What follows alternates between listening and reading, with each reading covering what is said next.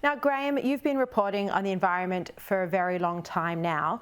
We've seen today, as I mentioned, Anthony Albanese has struck an 11th hour deal with the Greens to pass the National Reconstruction Fund through the Parliament. He commented on it from India. The parties agreed to an amendment to the bill, which is preventing future governments from using the fund to invest in coal or gas projects or log native forests. Can you actually explain what the Reconstruction Fund is going to be used for? And do you think it's perfectly acceptable that this amendment has been made, or do you think it's a big deal? Well, you have to look in the broad context of what's going on here. In the background, there's negotiations for the government's safeguard mechanism changes, which the Greens are saying that the key demand is that there be no future coal or gas developments.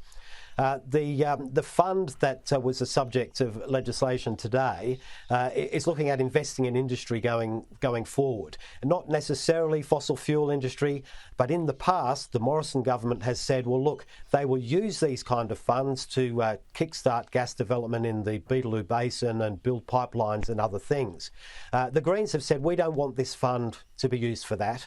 The government has said, well, we never intended that it would be, but they've excluded it. And what that has allowed the Greens to do is make a big deal about the fact that the government is recognising there is no future for fossil fuels in Australia. They're going to bag that and take it to negotiations for the safeguard mechanism and try and extend that squeeze, if you like, on the fossil fuel industry. And that's a bit of a trap there for the Albanese government. All right, Graham, Lloyd, thank you very much for joining me.